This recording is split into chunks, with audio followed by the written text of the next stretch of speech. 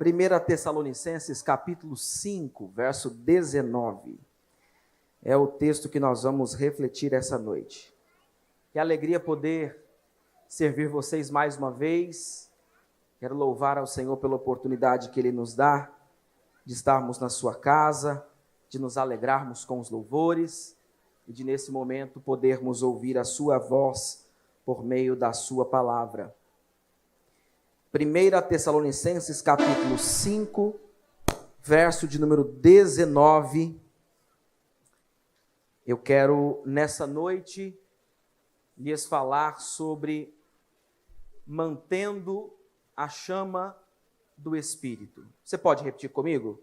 Mantendo a chama do Espírito. Ok, você falou normalmente. Agora, como quem vai manter mesmo. Vamos lá? Mantendo a chama do Espírito. Maravilha. 1 Tessalonicenses 5, verso 19, é o único texto que nós vamos iniciar refletindo sobre ele. O verso diz assim: não extingais o Espírito. Todos juntos? Não extingais o Espírito. Podeis assentar em nome de Jesus.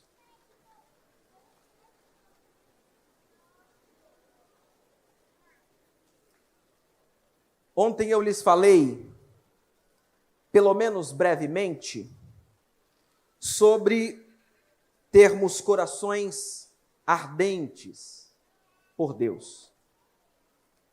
Espero que tenha ficado explícita a importância de nós termos um coração cheio de fogo de Deus.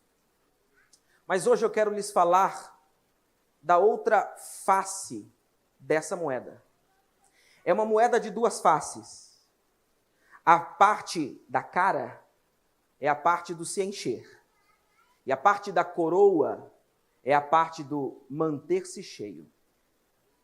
Ser cheio do Espírito é um grande desafio para aqueles especialmente que têm corações impuros, porque precisam lutar com outras coisas antes do coração estar cheio. Ele precisa antes ser esvaziado das imundícies, das impurezas, dos pecados, para depois ser cheio do Espírito. Mas a grande questão da vida cristã, e é sobre vida cristã que eu quero te falar hoje, a grande questão da vida cristã é como manter a vida sempre cheia.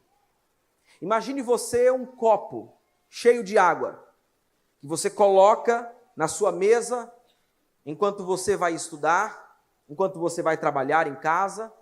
O copo está ali. Só que quando menos você espera, o copo vai esvaziando, você diz: tem alguém bebendo minha água. Ao final de um determinado tempo, quando você sentir sede e precisar muito tomar aquela água, se o copo esteve furado durante esse período e você não percebeu que estava sendo esvaziado o copo, quando você acessá-lo para tomar essa água, um problema acontecerá. Você não matará a sua sede. Você terá um copo que foi cheio, mas foi esvaziado, e você não percebeu. O grande problema que nós temos, um dos grandes, pelo menos, que temos atualmente, não é apenas que tenhamos uma geração cheia de Deus. Isso é importantíssimo. Mas temos muita gente cheia de Deus. Mas gente que fica cheia de Deus entre sábado e domingo. Gente que na segunda está como um reservatório rachado, como um copo rachado, que perde esta água, essa fluidez, se esvai. E é uma preocupação de Deus que nós não estejamos esvaziados, mas que nós mantenhamos a chama acesa que Ele acendeu em nossos corações. O congresso, o Força Team, é o acender de uma fogueira, mas a manutenção dessa fogueira será realizada por você em outro lugar, lá fora. E é uma coisa interessante, curiosa. No Antigo Testamento, no culto do Antigo Testamento, Os sacerdotes precisavam ter uma preocupação diária. Era a alimentação contínua de um altar que tinha. Era o altar do holocausto. Eles precisavam manter o altar cheio de fogo o dia todo.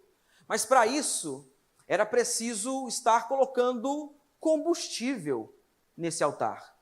Por isso, o texto de Levítico, capítulo 6, vai dizer que o fogo arderá continuamente no altar e não se apagará, se nós o alimentarmos. Seu coração é um altar de Deus. Sua vida é um altar de Deus. Sua casa é um altar de Deus. Mas carece de alimentação e combustível constante da parte do Senhor. Porque senão a consequência pode ser aterradora. E é exatamente essa preocupação que Paulo tem na carta que está escrevendo aos Tessalonicenses. É uma igreja bastante pujante, inclusive.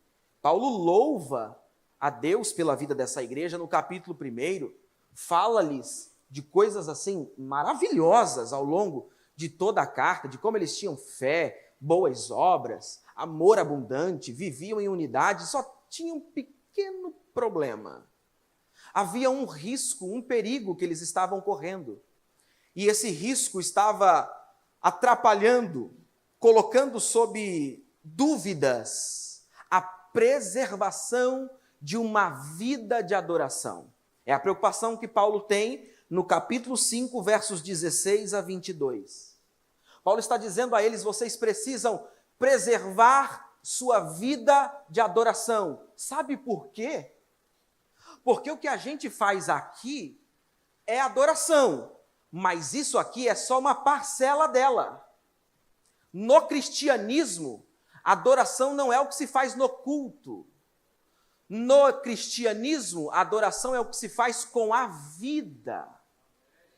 Adoração é o que se faz todos os dias. Por isso, a adoração não é estilo musical no cristianismo. No cristianismo, adoração é estilo de vida. E tem mais uma. É a única forma, o único estilo de vida que nós, os salvos, podemos desfrutar. Não é opcional. Se você deseja Cristo no seu coração, concomitantemente, igualmente, você deseja uma vida de adoração. Mas é necessário preservar essa vida. Preservar essa vida de adoração e culto a Deus. Por isso, Paulo faz uma série de instruções aos crentes. E esta série começa com o versículo 19. Não extingais o Espírito. Paulo está, inclusive, orientando eles ao longo do caminho que eles devem orar continuamente, sem cessar. De todas as experiências devocionais que Paulo apresenta aos cristãos, essa talvez seja a mais extraordinária, porque ele extrapola, ele abrange, ele coloca um novo limite no que seria essa vida de culto, é oração constante. Paulo, portanto, está nos mostrando que oração se faz não só de joelhos, não só no templo, não só no domingo, não só em casa. Paulo está preocupado que os crentes saiam do culto, mas saiam para a vida, com a vida como um culto a Deus. Porque Paulo está preocupado que os crentes sejam sacrifícios vivos. Parece ressoar aqui a preocupação que Paulo tem em Romanos capítulo 12, versos 1 e 2. Rogo-vos, pois, irmãos, pela compaixão de Deus, para que apresenteis o vosso corpo como sacrifício vivo, santo e agradável a Deus. Andar como sacrifício, andar com a vida o tempo todo colocada diante do altar de Deus. Está no ônibus, mas está no altar. Está na escola, mas está no altar. Está em casa, mas está no altar. Começou aquele namoro, pega, não pega, está no altar.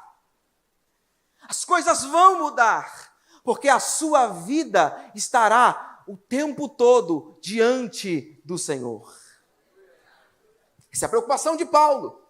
Por isso ele está mostrando aos crentes sobre a importância de se cultivar uma consciência de adoração constante diante de Deus.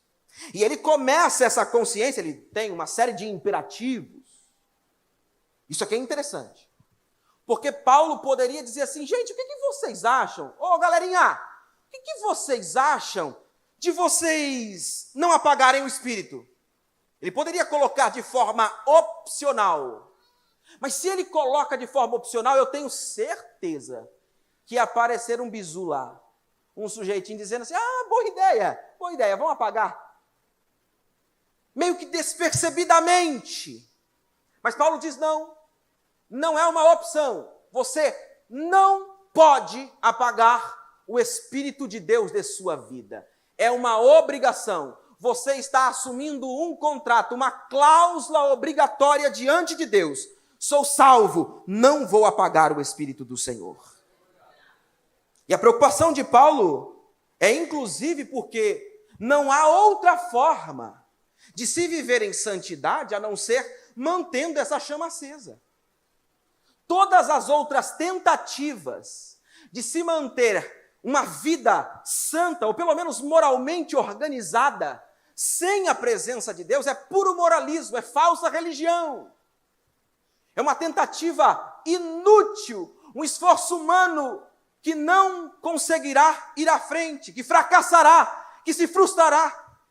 Isto é, você não consegue ser santo sozinho. Nós não damos conta de ser santos sozinhos. Nós precisamos da obra do Espírito em nós. Paulo disse a Timóteo, no capítulo 1, verso 6, citei brevemente a vocês ontem esse texto, mas Paulo diz a Timóteo, despertes o dom de Deus, ou em outros termos, mantenha viva a chama do dom de Deus que há em você. E tem mais uma, tá? Acender a chama, acender a fogueira, é coisa de Deus. É Deus quem acende a fogueira. É Ele quem ateia fogo em nós. Mas manter a chama acesa não é coisa de Deus. É responsabilidade humana. Somos nós que precisamos manter o fogo sempre atento. Rony, como fazer isso? Sabe quando você começa a perceber que está indo aos cultos, mas está indo porque está querendo bater cartão? Está querendo manter só o compromisso? Alguém te convidou e falou assim, olha, vai ter o Forçatim 2 dias. Você disse, não queria ir no Forçatim. Estou gostando mais desse negócio de igreja, de Deus, de Bíblia. Mas eu tenho que ir, né? Me convidaram, vou ficar constrangido de dizer, não, eu prefiro ir para outro lugar. Mas você veio, está sentado aí, mas está virando a cara, está mexendo no celular, está procurando outras coisas, está com a cabeça longe. Fala a Deus, fala a Deus, fala a Deus, toca-me com brasas do... É, isso aí. Bom, vamos voltar aqui. Pentecostal sempre gosta do hino da harpa, né? Isso dá para ver de onde que eu venho. Bom, note que a preocupação de Paulo é que nós mantenhamos essa chama viva, e é nossa responsabilidade mantê-la. Portanto, a primeira coisa que nós precisamos fazer é perceber quando a chama começa a se apagar. Como é que eu percebo que a chama está se apagando? A oração é um excelente sintoma de quando a chama está se apagando. Ela começa a ficar difícil, começa a trocar joelho, fica ruim, está tudo difícil, a cabeça começa a devagar. Meu Deus do céu, você escreve livro na cabeça. Pensa em todos os episódios da série que você ainda não viu. Lembra-se de todos os compromissos que você não vai cumprir. Está preocupado com todas as pessoas que não se importam com você, mas está de joelhos ainda. Isso é um sintoma. Pode ser um sintoma. Segundo, não estar mais com prazer diante de Deus. Não se fascinar mais pela sua grandeza, pelos seus louvores, pela sua presença.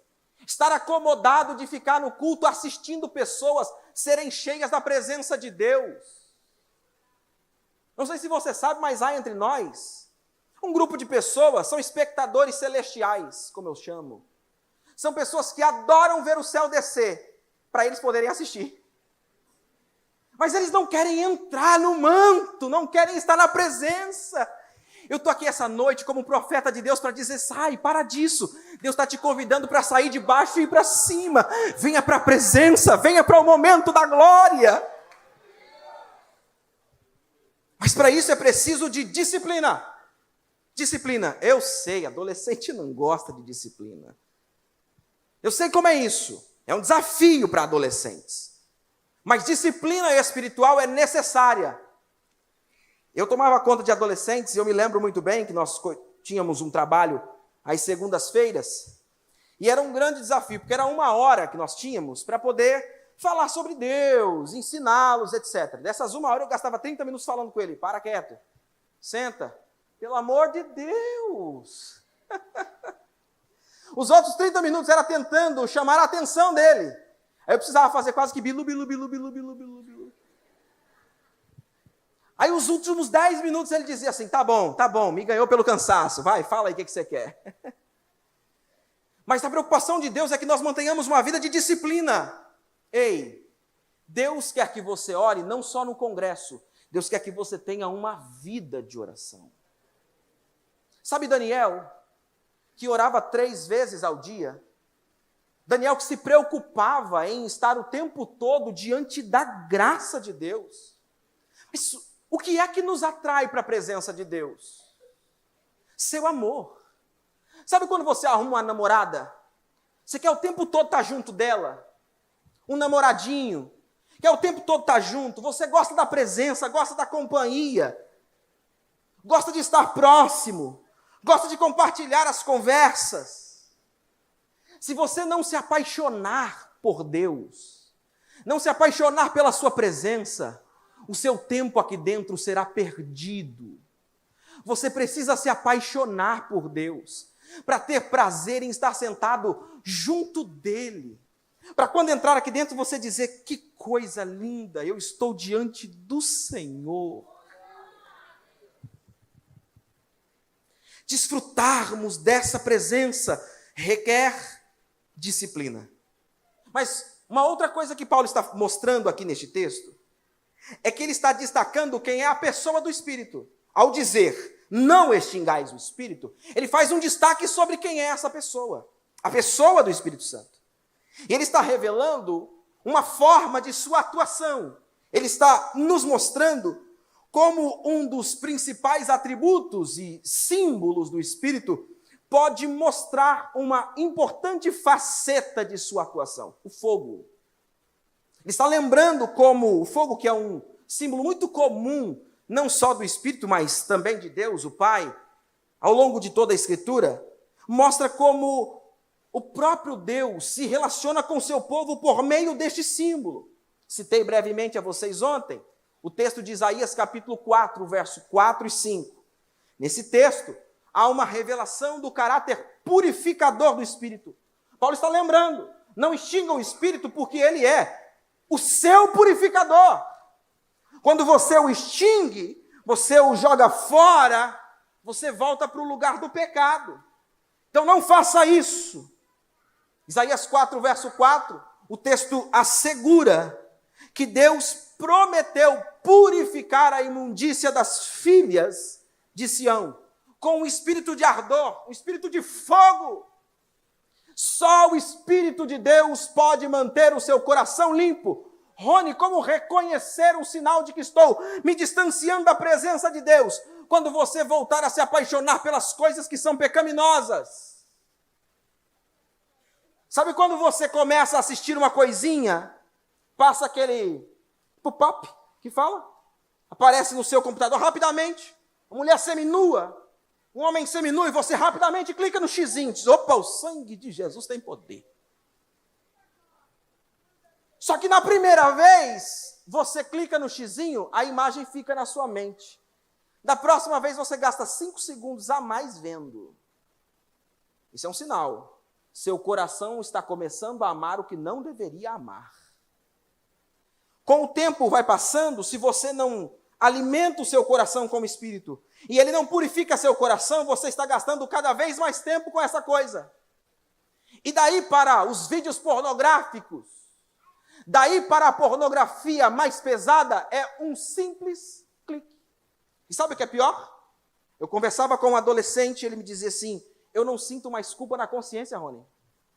Eu não consigo mais ter culpa por assistir simplesmente algumas coisas pecaminosas. Mas eu também não sinto culpa em ir na igreja. Eu disse, uau! Ele está convivendo em dois mundos completamente distintos, sem nenhuma preocupação. E eu me lembrei, sabe de quem? De Sansão. Porquanto o texto bíblico diz que Sansão, todas as vezes que estava amarrado por Dalila, seu encanto, a delícia de seus olhos, para usar uma expressão que Deus usou com Ezequiel, capítulo 28. A delícia dos olhos de Sansão era Dalila. Estava encantado com ela, amarrado. Só que quando o texto bíblico diz que ele, certa feita, pensou, mais uma vez, é hoje de novo. Ela vai me amarrar, a gente vai continuar aquele joguetezinho, aquele joguinho bonito, gostoso. Ela me amarra, eu saio como um forte herói, poderoso, venço a todas as coisas, e aí mostro para ela como ela precisa continuar me amando. Ele estava tentando comprar o amor pecaminoso por meio de uma admiração inútil. Ele faz isso. Só que nesse dia foi diferente. E o texto bíblico diz, talvez um dos textos mais tristes de toda a Escritura, porque não sabia Sansão que o Espírito do Senhor havia se retirado dele. Ele pensou que iria de novo, porque achou que era por suas próprias forças, mas quando se levantou, cadê a força? Não tem mais. Porque quem o fortalecia era o Espírito do Senhor. Jovem, adolescente, não se engane. Essa alegria que você sente não é do mundo. O mundo não pode te dar essa alegria. Todas as vezes que você se levanta com força, porque o Senhor ainda habita em você. Então note os sinais de perigo ao extinguir o Espírito Santo. Não permita que isso se nutra no seu coração. O Espírito é o Espírito que purifica. O texto de Mateus capítulo 3, verso 11, vai revelar uma outra faceta desse Espírito, que é a faceta que enfatiza a imersão plena na presença e no poder do Espírito. Quando o próprio Deus diz, através de João o Batista, que ele nos batizaria com o Espírito Santo e com fogo. Ele nos imergiria. Quando o Espírito nos imerge em sua presença, nós saímos de lá transformados. Não é qualquer coisa, você sai molhado, ou você pula dentro da água e sai seco. Não. Se você cai em uma piscina, você cai de lá e sai molhado. As roupas precisam ser enxugadas, trocadas. Quando você é imerso no rio de Deus, suas roupas têm que ser trocadas. Suas roupas espirituais, suas vestes de pecado. Não dá mais para continuar com esse trapo de imundície. Você precisa viver com uma roupa santa. Você é vestido de linho branco, puro e fino, porque isso simboliza que você é filho de Deus. Mais que isso, a Bíblia revela que o Espírito tem um caráter poderoso. Apocalipse 4, verso 5, mostra como o Espírito é simbolizado através de 7 tochas de fogo. 7 tochas que ardem em volta do trono. A visão magnífica que João tem. De toda ela, uma coisa se destaca adicionalmente, que é o Espírito manifesto como chama de fogo, como tochas que estão ao redor daquele altar, simbolizando o poder do Espírito, que ao tomar sua vida, te potencializará. Crente cheio do Espírito Santo é crente potencializado. Suas habilidades alcançam níveis estratosféricos. Já assistiu Lucy? Quem já assistiu Lucy?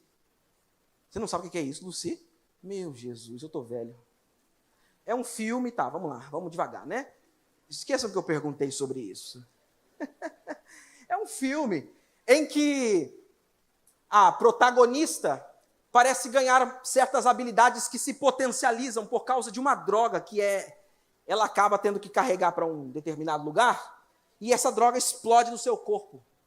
E ela potencializa todas as habilidades de Lucy. Ela começa a pensar melhor, começa a ter uma memória muito melhor, ela alcança, naquele mito, né, de que nós usamos apenas parte do cérebro, ela alcança, entre aspas, 100% do cérebro. Potencialmente tudo. Só que isso é fictício. Mas o salvo, cheio do Espírito Santo, é diferente. Porque ele, de fato, é potencializado sem droga, sem bebida, mas com a vida de Deus dentro de você. Ah, pelo amor de Jesus. Não, se for para aplaudir para ele, então pode aplaudir com força.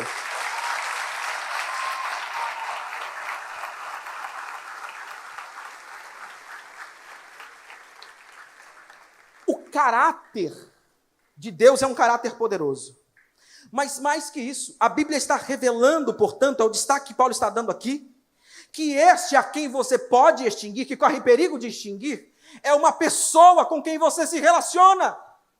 É um amigo a quem você pode acalentar, pode tratar com desvelo.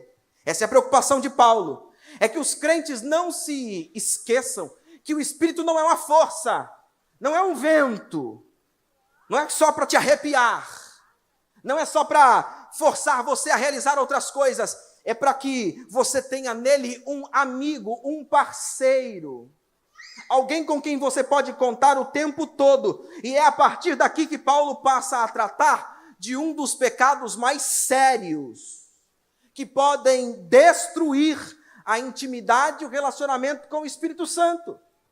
A Bíblia descreve pelo menos 4 grandes categorias, tipos de pecados, que o crente corre o risco de cometer contra o Espírito Santo.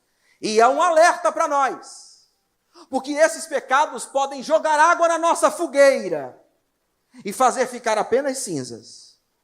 O primeiro desses pecados, Atos capítulo 7, verso 51, destaca, é a resistência ao Espírito, resistir ao Espírito Santo. Foi Estevão que estava falando com os judeus, dizendo que os fariseus sempre resistiam ao Espírito Santo. A imagem ali é do Espírito tentando entrar numa porta, mas alguém está do outro lado, fechando a porta com os ombros, impedindo a passagem, e o Espírito dizendo, eu quero entrar, e do outro lado tem alguém dizendo, não vai entrar. Nós não podemos resistir ao Espírito. Eu quero perguntar a você essa noite, você tem coragem, disponibilidade de entregar a sua vida a tal ponto de abrir o seu coração e dizer, Deus, entra, faz tudo o que o Senhor quiser na minha vida. Mas tome cuidado com a sua decisão, porque ela pode ser radical. O Espírito, quando entra no coração da gente para dominar por completo, ele faz como esposas fazem em casa. Vez por outra eu chego em casa e digo, uai, cadê minha casa? Havia uma casa minha aqui, né? Está lá na mesma localidade, no mesmo CEP, no mesmo lugar, mas as coisas estão completamente fora do lugar. Eu não encontro nenhum livro mais. Nada, não encontro lá mais nada. Minhas coisas estão guardadas. E coisas guardadas são coisas que eu não consigo encontrar, evidentemente, né? Mas ela faz por quê? Porque ela é dona da casa. Ela diz, acordei hoje com vontade de fazer uma coisa. Vou colocar a cama no lugar do guarda-roupa. E ela puxa. E ainda fala, meu bem, você não vai ajudar? Ela pega o guarda-roupa e diz, vamos! Aí eu vou sozinho, né? Porque ela não vai fazer força.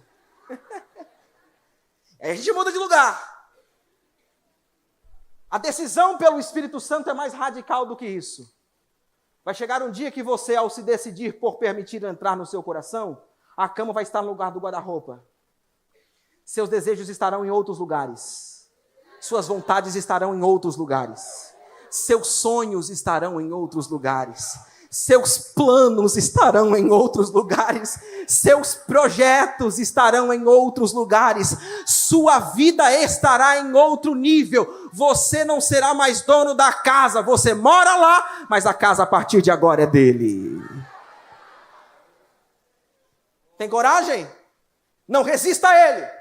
Se ele quer entrar, diga, entre, Espírito Santo. Mas o que significa resistir? Opor-se. Opor-se à sua decisão, à sua direção, à sua vontade. Não se oponha ao Espírito do Senhor. Porque quem se opõe, apaga o fogo do Espírito. Segunda coisa, segundo pecado perigosíssimo, é entristecer o Espírito Santo. Entristecer o Espírito Santo, Efésios 4, verso 20 diz: e não entristeçais o Espírito Santo de Deus, no qual vocês foram selados. Esse texto é importante, porque ao dizer que nós somos selados no Espírito, Paulo está dizendo sob uma forma de selo que garantia no antigo Oriente Médio a validade e a propriedade do documento. Um documento que tinha um selo real, um selo importante, era um documento que atestava que alguém era dono de determinada propriedade. Se nós somos selados pelo Espírito, é porque somos dele. Não podemos entristecê-lo. Ele é nosso dono. Mais do que isso, o texto bíblico diz que ele é não só o selo, mas o penhor. Sabe o que é o penhor? O penhor era aquele pagamento. Quando alguém comprava uma propriedade, alguém chegava e dizia assim: ó, eu vou dar uma parcela inicial para assegurar, um calção, para assegurar que a propriedade é minha. Daqui a alguns dias eu volto, vou viajar, eu volto, e quando eu voltar, eu pago e fico com toda a propriedade. O Espírito Santo é a prova de que nós somos de Deus. Deus pagou a primeira parcela. Vou de novo para você gostar. Deus pagou a primeira parcela. E ele disse: eu vou, mas eu vou voltar. E quando voltar, aqueles que estão selados são meus, e eu vos levarei para que habitem comigo, para que onde eu estiver, estejais vós também. Você foi selado. E Paulo diz: não pode entristecer ao Espírito no qual você foi selado. Porque se você entristece o comprador, o que o comprador faz? Desfaz o negócio. E nós não queremos negócio desfeito. Sabe por quê? Porque nós éramos pedra, pérola de nenhum valor. Esse é o conceito de rendição na Escritura. Esse conceito, remissão, rendição, é um conceito que aponta para uma imagem específica. É como se nós fôssemos objetos colocados em uma prateleira. E alguém passasse e dissesse assim: quanto você dá no Rony? Alguém dizia: dou nada, vale nada. Ele não vale nada. Eu não dou nada por ele. Ele não custa um vintém furado.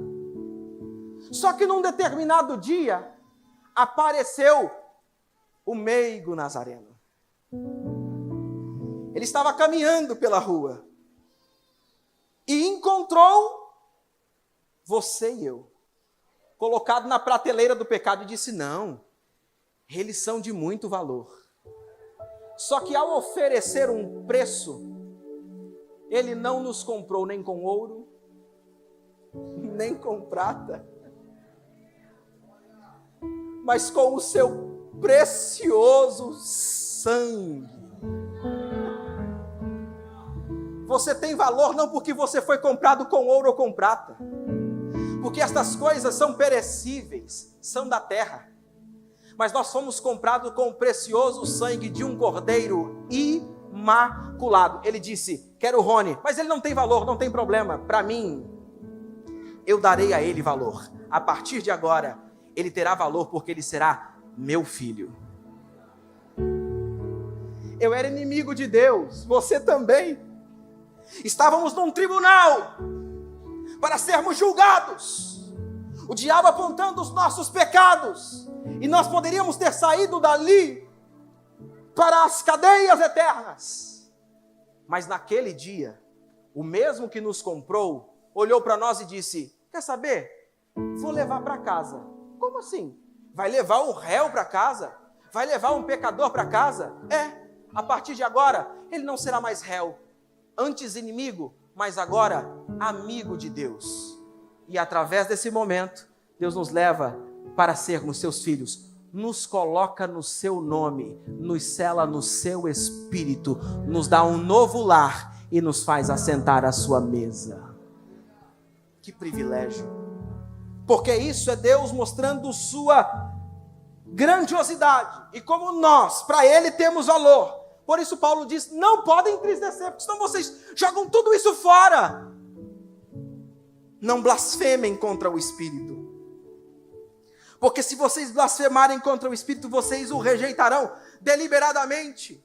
Foi Jesus quem disse, Mateus 12, 31 e 32. Todos os pecados lhes serão perdoados, porém o pecado da blasfêmia não lhes serão perdoados. Esse é um pecado imperdoável. Por quê? Porque aquele que peca contra o Espírito, dizendo, estas obras que estão acontecendo aqui, ó, tá vendo isso aqui que está acontecendo? No Força Team? Isso aqui é coisa do diabo. Isso aqui não tem nada de Deus. Quem faz essa forma de alegação está blasfemando contra o Espírito, porque não sabe como Deus está trabalhando no coração de cada um desses adolescentes. Porque não sabe como Deus está levantando entre nós missionários. Não sabe que Deus está escolhendo dentre nós pregadores para transformar este Brasil. Não sabe como Deus está chamando pessoas para mudar as coisas nas vidas, das famílias, dos lares. Então não atribua ao mal aquilo que é obra do Espírito. O Força Team foi feito por Deus, será sustentado pelo Senhor. Sua vida é dele e é por isso que nós celebramos.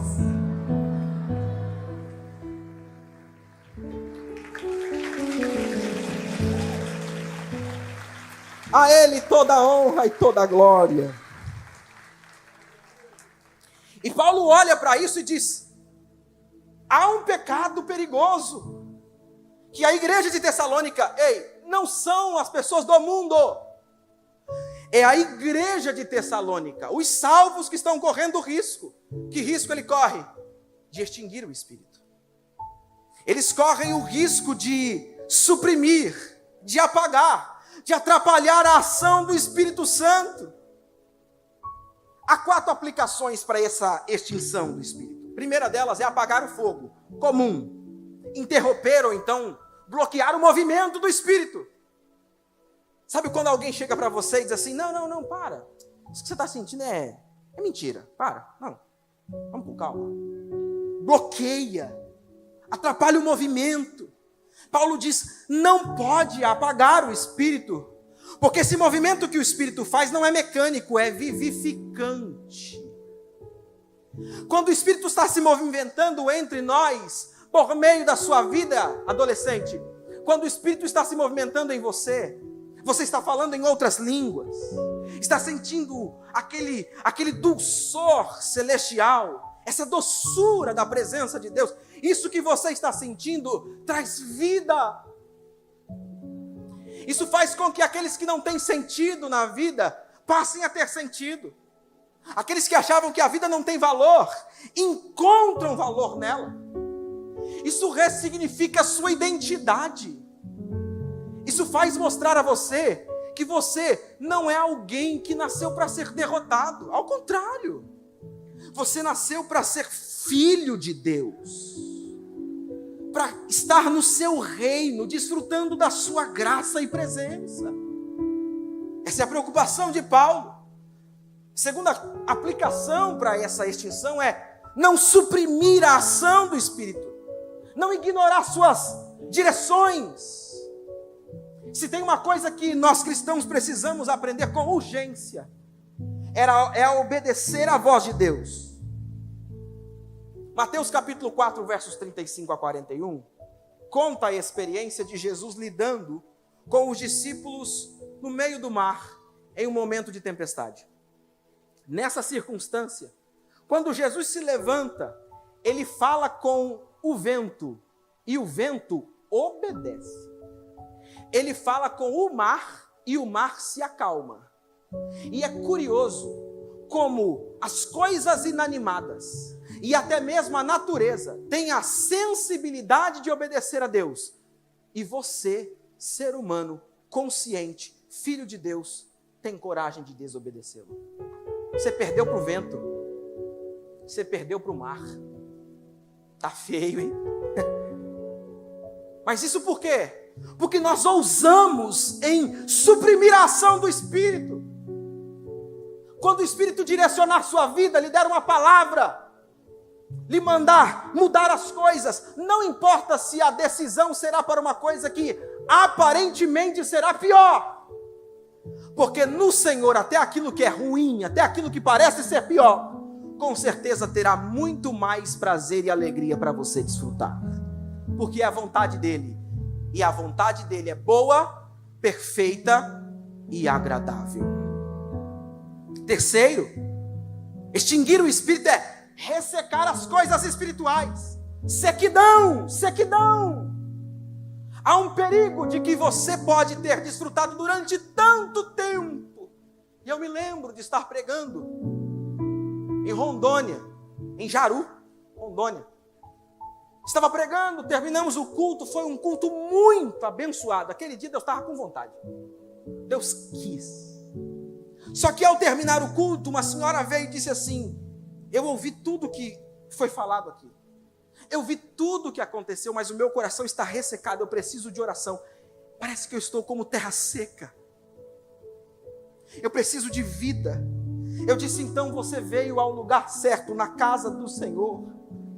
Porque o Espírito é como chuva serôdia que se derrama no seu coração e a água dele vai inundar a sua vida. Se você está seca, porque até a árvore cortada 2 vezes poderá receber uma nova vida, porque é Deus quem plantará você de novo em lençóis de água poderoso. E nós oramos por ela. O tempo passou.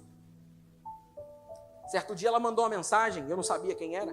Mandou uma mensagem e disse: ei, você com certeza não se lembra de mim, mas eu sou aquela senhora que um certo dia estava na casa de Deus. Ouvi a mensagem, o culto foi bom, mas para mim estava como seca, estava ressequida. E eu entendi depois da oração que foram minhas atitudes que me fizeram secar diante de Deus. Eu mudei uma a uma, pedi perdão ao Senhor, me arrependi diante dele. E o Senhor foi brotando, fluindo como um rio em terra seca. Eu recebi vida de novo. Eu estou mandando uma mensagem para você para dizer: o Espírito flui de novo em mim.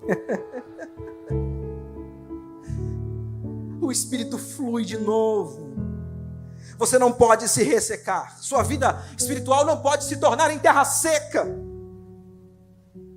Outra aplicação é não tornar inativa as ações do Espírito. Deus querendo atuar, querendo fazer e você desconsiderando. Se Deus quer te transformar, Deus vai te transformar. Se Deus quiser escolher tua faculdade, Ele escolherá. E você precisa ter no coração dizendo: Senhor, se é isso que tu queres, eu quero me render diante dos teus pés, porque eu quero viver tua vontade. Vamos encerrar. Como é possível extinguir o espírito? Basicamente de 2 formas. A primeira delas é tirando o combustível. Se você não alimentar sua alma de vida, de presença de Deus, de louvores de Deus, se os seus ouvidos forem alimentados com as coisas deste mundo, se os seus olhos forem alimentados com as coisas deste mundo, se o seu coração for alimentado com as coisas deste mundo, brevemente, você estará distante de Deus, porque não estará alimentado com as coisas que geram força. No livro de Lamentações, Jeremias está no meio de Jerusalém, tem uma destruição horrorosa ao seu redor, e ele começa a dizer: meu Deus, que situação difícil. E ele tenta dizer: como é que eu posso ter esperança nessas circunstâncias? E ele diz: eu trarei à memória as coisas que me dão esperança. Mas para trazer à memória é preciso conhecê-las. Conheça mais a sua Bíblia, conheça mais o seu Deus, escute mais os louvores, tenha mais tempo de devoção, coloque um hino em casa. Aquele dia que você disse: eu vou passar um dia maratonando aqui uma série, diga: não vou maratonar não, vou maratonar a Escritura, vou maratonar os louvores, vou colocar um louvor aqui, vou dobrar os meus joelhos, e enquanto eu não sentir a presença de Deus, aquela que eu senti no Força Team, eu quero no meu quarto. Aquela presença de ontem na sexta-feira, sabe onde eu quero? Dentro do quarto da minha casa. Eu quero que o meu quarto seja um altar da presença de Deus. Eu quero mais da tua glória. Você não pode tirar o combustível. Há uma segunda maneira que é possível também extinguir a obra do Espírito: sufocando com água. Sabe quando pega fogo numa coisa? Você manda água, joga terra, ou então joga um cobertor por cima, tentando abafar. Na obra do Espírito, não deixe abafar. Se o Espírito quer lhe conduzir, tirando suas amizades, não lute por elas. Se ele for na tua vida e retirar o seu namoradinho, aquele que você acha que é um Dom Juan, e Deus está dizendo: cuidado, não é Dom Juan nenhum não. Não é Dom Juan não. Esse mocinho aí está mais para Labão do que para Jacó. Se Deus quiser tirar, você diga: Deus, tira tudo de mim, mas só não tires a tua presença. Davi disse: Senhor, tira o trono, tira a capa de rei, tira a honra, tira a fama, tira tudo, mas não retires de mim, Senhor, o teu Santo Espírito. Não me lances fora da tua presença. Não sufoque a obra do Espírito em você. Na prática, não despreze as coisas espirituais. Paulo escreve não extinga o Espírito, porque no verso 20 ele aponta: vocês estão desprezando profecias. Os crentes estavam desprezando as coisas espirituais, as palavras proféticas, o agir de Deus. E Paulo diz: não despreze as coisas espirituais, não negligencie, não ridicularize as coisas espirituais. O agir de Deus precisa operar na sua vida. Segundo, Paulo diz, verso 23, não viva de forma impura. Você pode extinguir o Espírito ao viver de forma impura, em pecado. Se tem um dispositivo que Deus usa com primor para se agradar de você, se é uma aliança, que é uma aliança do seu relacionamento com Deus, é a santidade. Deus ama gente santa. Não, mas é santa em tudo, tá? Santa nos pensamentos, santa nas intenções, santa nas motivações, santa nas coisas que olha, santa nas coisas que fala. A linguagem do crente muda. É Paulo quem escreve, por exemplo, aos Efésios, no capítulo 4, diz assim: andeis de acordo com a vocação com que foram chamados. Vocês foram chamados para ser santos, então sejam santos diante de Deus. Se purifiquem mais. E por fim, na prática, quando se extingue, a gente passa a se aproximar voluntariamente, intencionalmente do mal. Paulo diz: se afastem, se abstenham do mal. As coisas, os amigos, as pessoas, tudo que for mal, e você identificar que naquilo não tem proveito, não vier do céu, não te levar à santidade, não colocar o teu coração cada vez mais na palavra, fuja destas coisas, porque elas podem apagar o Espírito Santo da sua vida.